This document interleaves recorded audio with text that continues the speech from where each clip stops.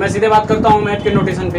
ये मैथ का सिंबल्स होते हैं, कैसे आपको करना है। मैथमेटिक्स सिंबल आपको जानना बहुत जरूरी होता है, क्योंकि मैथ का लड़का आपका देखते होंगे 7 8 किसी तरफ पढ़ेगा, लेकिन उसके ऊपर जाता है तो सारे नोटेशन पे आते हैं सवाल। हर एक चीज़ नोटेशन, यानी कि हर एक चीज़ सिंबल के तहत होता है। तो देखिए हर एक सब्जेक्ट में अलग अलग टॉपिक होता है, अलग अलग सिंबल्स होते हैं। मैथ में भी कुछ ऐसे सिंबल्स होते हैं जिसको जानना जरूरी होता है। तो आज आते हैं सेम मैथ के सिंबल्स की बात करते हैं। मैथ का सिंबल्स कैसे पढ़ना है, कैसे करना है, ठीक है। मैं इस पर डिस्कस करने से पहले मैं आपका दोस्त, आपका साथी, आपका यार, आपका अध्यापक विनय सर, हमारे यूट्यूब चैनल विनय सर यूपी में आप सभी का स्वागत है। आप सभी ऑनलाइन ऑफलाइन और हमारे यूट्यूब चैनल पर सभी स्टूडेंटों का हार्दिक स्वागत वंदन अभिनंदन करता हूं, ताकि हमारे चैनल से आप जुड़े। चैनल को लाइक सब्सक्राइब कमेंट करना बिल्कुल ना भूलें। जहां तक कोशिश करें चैनल को शेयर करें, ताकि हमारा चैनल हर एक बच्चे तक पहुँचे। और मैं बहुत सिंपल और बहुत सरल भाषा की बात कर रहा हूँ। आज मैं पढ़ता हूँ, ये पगली तू बात करती है अपने संकेत पे, मैं तो मैथ वाला हूँ। मैं भी बात करता हूँ अपने संकेत पे, इशारों की बात तुम क्या जानो, मोहब्बत की दाज को। और मैथ पढ़ने वाला मैथ का सिंबल जाने, मोहब्बत की क्या बात, और उसकी बात को समझना हमारे बस की बात नहीं। इसलिए मैथ वाले हैं, मैथ का सिंबल देखेंगे, मैथ की बात करेंगे। मैथ वालों से इश्क करना आसान नहीं होता, मैथ वालों से प्यार करना इतना आसान नहीं होता। चाह के भी देख लो अपने संकेत में, जब वो संकेत से बात करेंगे तो फिर पहचान नहीं होता। तो थैंक यू दोस्तों।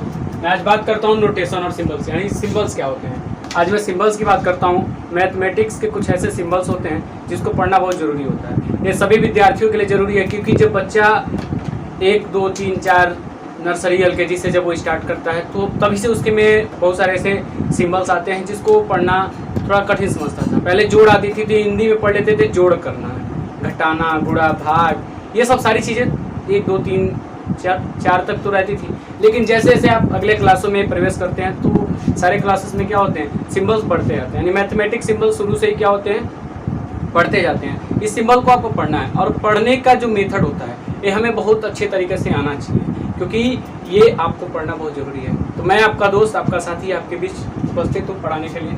मुझे पढ़ना क्या है, मैथमेटिक्स सिंबल। यानी मैथमेटिक्स सिंबल क्या होता है। देखिए मैथमेटिक्स का मतलब होता है गणितीय, सिंबल्स में होता है संकेत, यानी गणितीय संकेत में हमारा क्या क्या दिया है, क्या क्या पढ़ना है, इस चीज़ को जानना है, ठीक है। मैं बहुत सिंपल भाषा में बात करता हूँ। प्लस आप जानते होंगे, इंग्लिश मीडियम में भी आपको पता होगा, बच्चे क्या कहते हैं, एडिशन कहते हैं, यानी जोड़। जोड़ आपको पता है। माइनस, यानी कि माइनस क्या चीज़ होता है, आपको माइनस पता है। माइनस में क्या होता है, सब्सट्रैक्शन, यानी कि माइनस हो गया, ठीक है। उसके बाद मल्टीप्लाई बाई, यानी मल्टीपल, आप मल्टीप्लाई सुने होंगे, यानी गुणा करना, ठीक है। इसका सिंबल ये होता है। डिवाइड बाई, यानी डिवाइडेड करना है, तो डिवीजन एंड डिवाइड करना है, तो जाहिर सी बात है कि हमारा भाग आएगा, ठीक है। छोड़ दो उसको छोड़ दो, निकालो तब भी सुनाई देगा। तो आते हैं मैथमेटिक्स सिंबल, यानी कि डिवाइडेड बाई। यानी डिवाइडेड बाई क्या होगा, ये हमारा भाग होता है, ठीक है। आपको पता होगा छोटे क्लासों में भाग करते हैं, हिंदी मीडियम में भाग करते हैं और इंग्लिश मीडियम में डिवाइडेड करते हैं, ठीक है, ये भी आपको पता होगा। फिर आते हैं परसेंटेज, यानी प्रतिशत निकालना। प्रतिशत कैसे निकालते हैं ये आपको ये भी पता होना चाहिए। उसके बाद आते हैं, बात करते हैं कि प्लस और माइनस, यानी जब भी एक साथ सिंबल दोनों होता है तो क्या होता है, प्लस और माइनस दोनों लिया जाता है। यानी जब भी मान लीजिए कोई वैल्यू होती है रूट में, अगर सपोज कीजिए कि √4 है, तो हम उसको बाहर लेते हैं तो क्या होता है, प्लस माइनस भी हो सकता है। सॉरी, आप सीधे 4 विधि में भी पढ़ते हैं, वहाँ क्या होता है, प्लस माइनस आते हैं। कई जगह ऐसे सिंबल्स होते हैं जहाँ प्लस माइनस का यूज होता है, ठीक है। तो हम प्लस माइनस का मतलब होता है, एक बार या तो प्लस आ सकता है या तो माइनस, यानी प्लस भी हो सकता है और माइनस भी, दोनों, यानी प्लस और माइनस, यानी दोनों लगा सकते हैं। फिर कह रहा है कि इज ग्रेटर देन, यानी कि बड़ा, यानी कि इससे बड़ा क्या होगा, यानी बड़ा मान, यानी इज ग्रेटर देन अभी बड़ा का सिंबल होता है। ग्रेटर देन और इक्वल, यानी कि ग्रेटर देन भी होगा और इक्वल भी हो सकता है, यानी ग्रेटर इक्वल है, इसको शॉर्टकट में ग्रेटर इक्वल भी कहते हैं। यानी ग्रेटर देन और इक्वल दोनों हो सकता है, यानी कि या तो बड़ा या तो बराबर, इसका सिंबल होता है, ठीक है। और यदि आप लेस, यानी कम करना चाहते हैं, यानी वैल्यू कम है, यानी इससे कम, इससे कम का मतलब होता है लेस देन। लेस देन कैसे होता है, लेस देन होता है। फिर जब इज लेस देन और इक्वल, यानी कि मैं शॉर्टकट लिखा हूँ लेस देन और इक्वल, ठीक है। तो लेस देन का मतलब इससे कम या इसके बराबर, इसका सिंबल क्या होता है, ऊपर वाले का मतलब। देखिए ये बहुत छोटी चीज होती है लेस देन, लेकिन ये बहुत बड़ा काम करता है। लेस में होता है छोटा, या उससे कम, बराबर जैसे ही बराबर का सिंबल लगेगा यानी इसको मिटा देंगे, ये क्या हो जाएगा, बराबर में कन्वर्ट हो जाएगा। यानी कि इसको हम कह सकते हैं, ऐसे भी कहते हैं कभी कभार, ये भी पढ़ सकते हैं, इसको ऐसे भी पढ़ सकते हैं, ठीक है। यानी या तो ग्रेटर या इसके बराबर, इसका शॉर्टकट जो सिंबल लिखा जाता है ये लिखा जाता है, ठीक है दोस्तों, ये आपको पता होना चाहिए। ठीक उसी तरह से इसका शॉर्टकट का सिंबल क्या होता है, ये होता, समझा क्या। इज इक्वल टू, यानी कि इज इक्वल टू मतलब बराबर का सिंबल है, तो इज इक्वल टू कहा जाता है, इसको बराबर कहते हैं। इज नॉट इक्वल टू, यानी कि क्या है, ये बराबर नहीं है, ये बराबर है, ये बराबर नहीं है। यूपी बोर्ड के बच्चों के लिए ये बराबर है, ये बराबर नहीं है। सीबीएसई बोर्ड के लिए is not equal to, is equal to, is equal to, is not equal to, ये दोनों होता है, ठीक है। आगे आते हैं, is similar to. Is similar to क्या होता है, समान, यानी कि एक दूसरे के क्या होंगे, समान हो सकते हैं, सिमिलर हो सकते हैं। इज कैंग्रुएंट टू, यानी इस कैंग्रुएंट का मतलब हो जाएगा कि ये दोनों क्या होंगे, एक दूसरे के समान होंगे, यानी कि इज इक्वल भी हो सकते हैं और सिमिलर भी हो सकते हैं। यानी इक्वल और सिमिलर जब दोनों लगेंगे तो क्या हो जाएंगे, कैंग्रुएंट हो जाएंगे। तो ये अब आते हैं इन्फिनिटी, यानी इन्फिनिटी आप पढ़े होंगे, इनफाइनाइट भी लोग कहते हैं सिंपल लैंग्वेज में, अनंत होता है, इसके बारे में आपको जानते होंगे। इज इक्वाइलेंट टू, ये क्या होता है, ये इधर का तीर की वैल्यू, यानी इधर वाली वैल्यू, इधर वाली वैल्यू, दोनों की वैल्यू क्या होंगी, इक्वाइलेंट होंगी, यानी एक समान होंगी, एक बराबर हो सकती है। ये अलग अलग जगह अलग अलग यूज होता है, नोटेशन जहाँ भी यूज होते हैं, यानी अलग अलग जगह पे अलग अलग जगह यूज किया जाता है, ठीक है। अभी इसमें बताऊंगा कहाँ क्या चीज हो रहा है। उसके बाद क्या होता है दोस्तों, ये होता है थीटा, यानी थीटा आपको पता होगा, थीटा इम्प्लाइज, इम्प्लाइज का मतलब होता है दिस इम्प्लाइज दैट, आप सुनेंगे दिस इम्प्लाइज दैट करते हैं, जैसे सवाल लगा रहे हैं उसका अगला टॉपिक, यानी उसके आगे दिस इम्प्लाइज दैट, यानी कि जब बराबर में हल्का सा तीर लगाई जाती है तो दिस इम्प्लाइज दैट, इसके आगे भी क्या हो सकता है, आ सकती है, यानी दिस इम्प्लाइज दैट वहाँ पर क्या होता है, थीटा होता है, आपको पता होगा, ट्रिग्नोमेट्रिकल में थीटा का यूज किया जाता है, ये आपको पता होना चाहिए। इम्पटी सेट आपको पता होगा, इम्पटी सेट में क्या होता है, खाली, यानी रिक्त स्थान, यानी कि वो खाली होगा, यानी फाई, यानी कि इसको फाई से व्यक्त करते हैं। अब इसको सिंबल लैंग्वेज में ये भी कह सकते हैं, ठीक है। ट्रायंगल और डेल्टा, इसको जब आप मैथ की भाषा में बात करेंगे ट्रायंगल कहते हैं, फिजिक्स की भाषा में बात करते हैं तो क्या होता है, डेल्टा हो जाता है, ठीक है दोस्तों। उसका आता है फॉर ऑल, यानी कि सभी, यानी जैसे आप कभी कोई क्वेश्चन लगाते हैं ए कमा बी बिलोंग्स टू आर, यानी कि ये दोनों क्या है, फॉर एवरी, ए कमा बी इज इक्वल टू कोई भी वैल्यू, यानी फॉर एवरी में सभी, यानी प्रत्येक को लेंगे तो फॉर एवरी का, यानी कि उल्टा सिंबल, यानी उल्टा ये लगता है, उल्टा है जब भी बनेगा तो क्या होगा, ठीक है। पाई इज इक्वल टू 3.14, आपको पता होगा वैल्यू होता है, इसके 22/7 से वैल्यू मिलती है, यानी 22 को जब 7 से क्या करेंगे, डिवाइड करते हो तो वैल्यू मिलती है, इसको पाई कहा जाता है, ठीक है, ये पाई होता है। मैं आपको एक क्वेश्चन दे रहा हूँ, आप बताइएगा कि पाई क्या है, परिमेय संख्या या अपरिमेय संख्या है। अगर आप वीडियो देख रहे हैं तो वीडियो में कमेंट करके बताइएगा पाई क्या है, परिमेय संख्या है या फिर अपरिमेय संख्या है। फिर आगे डिस्कस करते हैं इंटीग्रल। इंटीग्रल में होता है समाकलन, यानी कि समाकलन का सिंबल कैसे होता है, इस तरह का होता है। उसके बाद आते हैं इंटरसेक्शन ऑफ टू सेट्स, इसको कहते हैं घटाना, सिंपल सी लैंग्वेज में घटाना कहा जाता है, यानी कभी जैसे बताया माइनस, यानी कि घटाने में इंटरसेक्शन में होता है प्रतिच्छेदन, यानी कहाँ तक वो पहुँच रहा है, यानी ये दोनों कहाँ तक हैं वहीं तक लेना है, बाकी सब क्या कर देना, छाट देना है। यानी कि इंटरसेक्शन ऑफ टू सेट, जब भी दो सेट लेंगे, सपोज ए है और ए वैल्यू है, इन दोनों की जो वैल्यू कहाँ तक है, बस सिर्फ यहीं तक है, यानी जो प्रतिच्छेदन कर रहा है उतना ही लेना है, सिर्फ हमें ये लेना है, बाकी सबको क्या कर देना है, हटा देना है, ये सब क्या हो जाएंगे, हट जाएंगे, ठीक है दोस्तों। ये हमारा इंटरसेक्शन ऑफ टू सेट करते हैं। लेकिन जब कहेगा यूनियन ऑफ टू सेट, यानी इसमें सबको ले लेना है, ये सब जो आए थे ये सबको ले लेना है। ये सबको लेने का मतलब क्या हो जाएगा, ये हमारा जितना भी गोला था ये सबको क्या कर लेना है, ले लेना है, ठीक। मैं यहाँ सिर्फ आपको समझाने के लिए यूज कर रहा हूँ, ये गोला हो गया और ये गोला हो गया, यानी हम इनको सबको ले लेना है इसमें। ये हमारा हो गया यूनियन ऑफ टू सेट, ठीक है।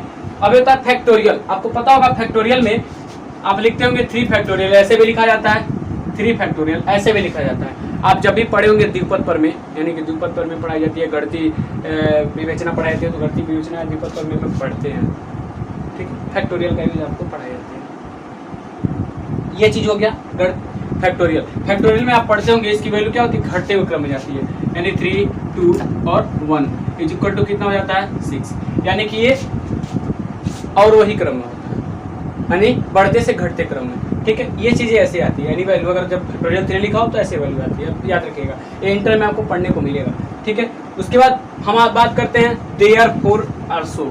आप इसके अलग एक और सिंबल होता है, इसको चूकी कहते हैं, ठीक है। चूकी आपको पता होगा, हिंदी लैंग्वेज होती है चूकी, ठीक है ना, ये आपको पता होना चाहिए। ये क्या होता है, इसलिए देयरफॉर, सो, सिंस, तीनों, यानी कि कभी कभी देयरफॉर का मतलब होता है अतः या सिंस या सो, इसलिए, तो ये सारी लैंग्वेज इसमें यूज की जाती है। स्क्वायर रूट का वैल्यू आपको पता होगा, जैसे ही करड़ी आती है, करड़ी का मतलब होता है स्क्वायर रूट, स्क्वायर रूट का मतलब होता है वर्गमूल। जब भी आप पढ़ते होंगे, आप छोटे लेवल पे या फिर बड़े लेवल पे पढ़ते हैं, तो टीचर अचानक बोलता है स्क्वायर रूट निकालिए। बहुत सारे ऐसे बच्चे होते हैं समझ नहीं पाते स्क्वायर रूट का रोटेशन क्या होता है, स्क्वायर रूट की रोटेशन कैसी होती है, उनको नहीं पता होता। इसलिए मैं सिंपल सारी चीज़ बता रहा हूँ, क्योंकि अगर आप नहीं जानते हैं तो मैथमेटिक्स आपके लिए हार्ड होता है। टीचर क्या करेगा, मैथमेटिक्स में ये क्यों सिंबल यूज़ की जाती है, क्योंकि मैथमेटिक्स को शार्ट करने के लिए, यानी जैसे उसकी थ्योरी बहुत बड़ी होती थी, उसको शार्ट करने के लिए क्या किया गया, मैथमेटिक्स का सिंबल का यूज़ किया गया। यानी मैथमेटिक्स सिंबल का यूज़ इसलिए किया गया क्योंकि मैथमेटिक्स हम जितना ही ब्रॉड करेंगे उतना ही बड़ा होता जाएगा, लेकिन हमें उसे क्या करना था, छोटा करना था, यानी उसे सिंपल करना था। इसलिए उसमें क्या किया गया, नोटेशन या सिंबल को डाला गया। यानी सिंबल जैसे ही वहाँ अप्लाइड कर दी जाती है तो क्या होती है, ज़्यादा लिखी हुई भाषाएं छोटी हो जाती हैं। यानी कभी भी लैंग्वेज को शार्ट करने के लिए हम सिंबल का प्रयोग करते हैं। आपको ये बात हमेशा याद होना चाहिए। आपको इस क्या हो गया, परपेंडिकुलर, आपको पता होगा परपेंडिकुलर मीनिंग क्या होता है, लंबवत। आपको पता होगा लंब डालना, यानी कि कोई लाइन है उस पर एक लाइन के डाल देना, यानी लंब का प्रतीक होता है। देयर एग्जिस्ट, यानी एग्जिस्ट होता है। आपको पता होगा एग्जिस्ट, देयर एग्जिस्ट क्या होता है, ये उल्टा ही टाइप होता है, यानी इसमें है, आपको पता होगा। लाइन्स ए बी, यानी ए बी क्या हो, यानी आप कोई लाइन खींचेंगे, इधर से तीर रस्सी लगाएंगे तो बीच में क्या होता है, लाइन होता है। ये आपको ए बी पता होगा, ए बी पे बार सीमेंट होता है, जिसको हम हिंदी लैंग्वेज बार कहते हैं, नहीं कहते हैं। आप कभी सवाल लगाते हैं, ये बार निकालिए, बी बार निकालिए, ए बी बार निकालिए, तो ये सब चीज़ें आपको पढ़ने को मिलती होंगी। फिर ए बी पे एरो लिखा होगा, इसको रे कहते हैं, रे ए बी, यानी कि उस पर रे, यानी वो लाइन किधर पास कर रही है, यानी उधर की दिशा को ये दर्शाता है। फिर राइट एंगल, राइट एंगल में क्या होता है, 90 अंश। ये जब भी क्या होता है, कोई लाइन हो और उस पर क्या हो, एक लाइन डाली हो जिसके बीच का क्या हो, एंगल कितना हो, 90 डिग्री हो, तो राइट एंगल होता है, ठीक है। अब एंगल के मीन्स क्या हो गया, कोण, यानी कि ये दो लाइन होगी एक दूसरे की, जहाँ अटैच करेंगे वहाँ पे एक एंगल बनेगा, एक कोण बनेगा। वो कितने अंश का कोण बन रहा है, आप जब वहाँ सवाल लगाएंगे तो इस चीज़ को जानेंगे। कह रहा है ब्रेसेस, ब्रेसेस का यूज़ क्या होता है, ग्रुपिंग, यानी किसी भी, मैं पिछले वीडियो में बताया था सेट थ्योरी में कि उसमें ब्रेसेस का यूज किया गया, यानी मझले कोष्ठक का, इसको मझला कोष्ठक कहते हैं। इसको ग्रुपिंग, यानी कभी भी समूह को एक जगह इकट्ठा करने के लिए क्या किया जाता है, ब्रेसेस का यूज किया जाता है। आप समुच्चय भी पढ़े होंगे कि वस्तुओं के संग्रह को इकट्ठा करने के लिए क्या किया जाता है, ब्रेसेस का यूज किया जाता है। ब्रैकेट होता है, बड़ा वाली यानी बड़े कोष्ठक को लगाना, ब्रैकेट आपको पता ही होगा। यानी इसमें वैल्यू 1 2 3 यानी कुछ वैल्यू इसमें एडजस्ट होती है, उसमें भी क्या होता है, ग्रुपिंग टाइप ही होता है, ये भी लिखने का। एक आ रहा है ब्रैकेट, यानी ये भी ब्रैकेट है लेकिन एक ग्रुपिंग टाइप, इसमें भी वैल्यू क्या होती है, ग्रुप की टाइप रखी जाती है। आप पढ़ेंगे पिछले वीडियो में आपको रिलेशन एंड फंक्शन पढ़ाया गया है, रिलेशन में पढ़ाया गया था कि कैसे क्या होता है, क्रमित युग में आर्डर पेयर को कैसे लिखते थे, तो उसमें इस चीज़ का हम यूज करते थे, ठीक है। डॉलर साइन आपको पता होगा, डॉलर रुपीज़ की कैसे कन्वर्ट करते हैं, इसका संकेत होता है। क्विटेशन मार्क होता है, कि क्विटेशन मार्क कैसे लगाई जाती है आपको पता होना चाहिए। एक कॉलम होता है, यानी कि कभी भी दो बूंदे होती है, इसको सजदैट भी कहते हैं, सजदैट आप पढ़ते होंगे, जानते होंगे। डैश हाइपेन, यानी कि डैश का प्रयोग करते होंगे, दो लाइनों के, दो वाक्यों के बीच में डैश आती है तो उसको डैश लगाई जाती है संबंध को संबोधित करने के लिए। अप्रॉक्सीमेटली, दोनों क्या होंगे, अप्रॉक्सीमेटली क्या होंगे, आपस में अप्रॉक्सीमेटली थोड़ी सी बराबर हो सकती है, बराबर होंगे, या फिर इसको अप्रॉक्सीमेटली, जहाँ जहाँ जिस लैंग्वेज का यूज करते हैं वहाँ इस चीज़ को हम यूज करते हैं, ठीक है। आता है क्यूब रूट, आपको पता होगा क्यूब रूट ज्ञात करने का तरीका, यानी कि क्यूब, यानी कि जैसे रूट होता है वैसे ही क्यूब होगा, लेकिन उसके ऊपर क्या होंगे, 1/3 घात, यानी कि 1/3 घात का मतलब क्यूब रूट, यानी कभी भी करड़ी हो उसके आगे छोटी सी क्यूब यानी 3 बनी हो, वो क्या होती है, क्यूब रूट हो जाती है, ठीक है। वह क्यूब होता है, और ये क्या होता है, क्यूब रूट, यानी घन और घनमूल, ये चीज़ पढ़नी होती है। स्क्वायर आपको पता होगा, यानी किसी भी वैल्यू के ऊपर 2 घात हो तो स्क्वायर होता है, किसी वैल्यू के ऊपर 3 घात हो तो क्यूब होता है, यानी इसकी क्यूब होता है। जब क्यूब रूट ज्ञात करेंगे तो इसे उल्टा कर दिया, करड़ी में 3 ली जाती है, यानी करड़ी में घात उसका क्या होता है, 1/3, यानी कि इसका जब घनमूल करेंगे तो हमारी ये वैल्यू होती है, घन करेंगे तो ये वैल्यू होती है। स्लेश कैसे यूज की जाती है, स्लेश लाइन होता है, स्लेश लाइन का प्रयोग कैसे करना, या फिर कोई 2 वैल्यू लिखी हो उसके बीच में स्लेश लगानी हो, कैसे लगानी जाती है। आपको पढ़ा होगा डिवीजन स्लेश, यानी कि बटा का नाम सुना होगा, बटा पढ़ते होंगे 3/4, 4/5, जब भी परिमेय संख्या पढ़े होंगे या फिर उसमें आपको ये चीज़ मिली होंगी, ठीक है। सेमी कॉलन, यानी कभी भी सेमी कॉलन का यूज करते हैं, यानी कि सेमी कॉलन यानी कि अर्ध विराम होता है, यानी कि उसके आगे पीछे अर्ध हो और विराम का चिन्ह लगा दिया जाए, यानी विराम का काम करता है। ये क्या होता है, इसको एंड कहते हैं, इसको एंड कहते हैं। सिंपल लैंग्वेज समझिए, ज़्यादा पढ़ाना चाहिए। इसको एंड कहते हैं। एंड में होता है और, कभी भी ये मैथमेटिक्स के पार्ट में हमेशा यूज़ की जाती है। ए एंड बी, जब ए एंड बी सिंपल लिखा था, एंड मतलब आपको 3 वर्ड्स 3 लैंग्वेज 3 कैरेक्टर यूज़ करना पड़ता होगा, यानी आपको 3 कैरेक्टर यूज़ करना पड़ता है। A B, A and B, यानी A N D, 3 character use करते हैं। इसलिए उसको स्टार्ट करने के लिए एक कैरेक्टर का यूज़ किया गया, एंड लगा दिया गया, तो क्या हो जाते हैं एंड, यानी ए एंड बी। आप लोग कभी मैसेज करते हैं किसी इनबॉक्स में या फिर कभी भी मैसेज करते हैं, मोबाइलों में भी ये नोटेशन दी जाती है, क्योंकि मोबाइलों में जब भी आप लोग लिखते हैं तो लैंग्वेज ज़्यादा बड़ा ना हो, यानी कि वो क्या किया जाता है, मैसेज की एक लिमिटेड होती है, तो मैसेज एक लिमिट भाषा में लिखी जाती है, लिमिट लैंग्वेज तक, लिमिट संख्या तक ली जाती है। तो उसको जब लिखते हैं तो जहाँ एंड लिख रहे हैं वहाँ पे अगर ये सिंबल का प्रयोग करते हैं तो थोड़ी सी मैसेज लिखने में क्या होती है, संभावना ज़्यादा मैसेज लिख सकते हैं कम लैंग्वेज में। यानी कभी भी नोटेशन का यूज़ हम कहाँ करेंगे, तो कहेंगे दोस्तों नोटेशन का यूज लैंग्वेज को सरल और सिंपल भाषा यानी शॉर्टकट बनाने के लिए हम नोटेशन का यूज़ क्या करते हैं। ये नोटेशन अगर जिनको पता है वो नोटेशन अगर जान गए तो उनके लिए बहुत आसान रहेगा। यदि आपको नहीं समझ में आई तो कमेंट बॉक्स में बताइएगा कहाँ नहीं आई, यदि आई तो बताइएगा कमेंट बॉक्स में करके कि आई या नहीं आई। ठीक है दोस्तों, थैंक यू।